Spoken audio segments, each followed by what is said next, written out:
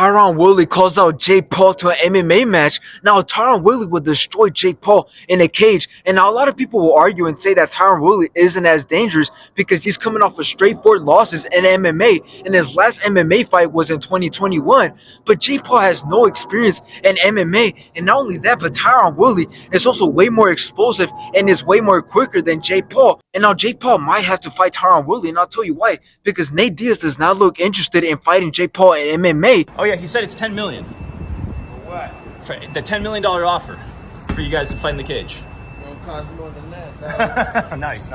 And considering the fact that Tyron Woodley just called out Jake Paul to an MMA match, he might not have a choice but to fight Tyron Woodley. Now, it's obvious on why Jake Paul accepted the offer from PFL to fight Nate Diaz, and that is because he knows he could beat Nate Diaz no problem, as he explained on the Full Send podcast. He felt the power, but I don't think he could take me down, so he couldn't submit me.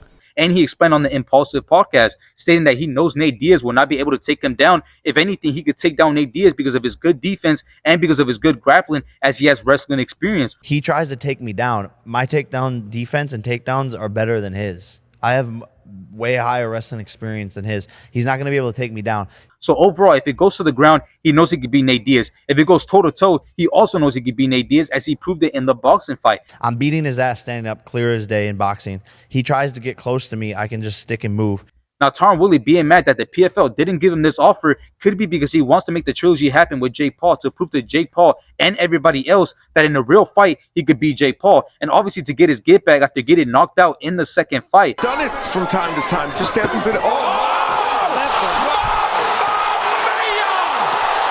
Now, there's a reason why the PFL didn't offer him this fight, because they know nobody wants to see this fight. Now, if anything, if the fight was to happen, who wins this fight, Jake Paul or Tyron Woodley? And obviously, everybody knows Tyron Woodley will beat the shit out of Jake Paul, but obviously, Jake Paul is not going to give him this fight.